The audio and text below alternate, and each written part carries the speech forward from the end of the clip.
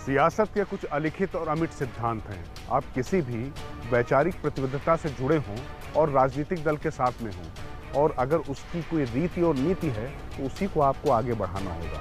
उससे आप असहमत हो सकते हैं, बड़े नेता की बात को आप नहीं भी मान सकते हैं, लेकिन पार्टी के फोरम पर डिस्कशन जरूरी है। अगर एक बार लाइन तय हो गई तो उसके बाद आपको वही आगे बढ़ानी होगी। तो इसी मजबूरी या विवशता में छिपी है राज की बात और राहुल गांधी का दर्द। चाहे नोटबंदी का मुद्दा रहा हो, या भारत चीन तनाव का मसला, या फिर तीनों किसान कानूनों पर राहुल का स्टैंड, सब पर कांग्रेस ने आक्रामक रुख अख्तियार किया क्योंकि राहुल सबसे ज्यादा मुखर थे। इनमें से विदेश नीति से जुड़े कई मसलों पर पार्टी के भीतर राहुल के रुख पर सहमति नहीं थी, मगर कहे कौन, लिहाजा राहुल कह रहे हैं इसलिए मीडिया के सामने तो तमाम नेता वही लाइन लिए रहे, लेकिन अंदर खाने वे राहुल के राजनीतिक फैसले और उठाए गए मुद्दों से सहमत नहीं थे।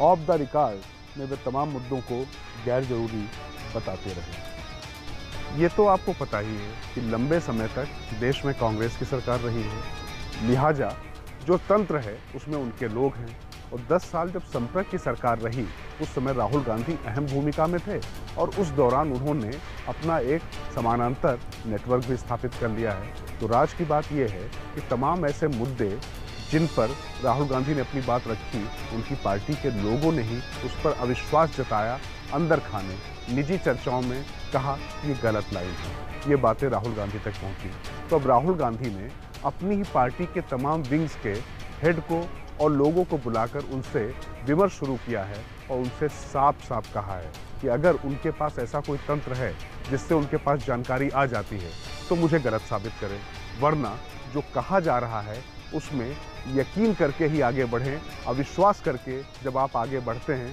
तो वो बात जनता तक उस शिद्दत के साथ नहीं पहुंच पाती।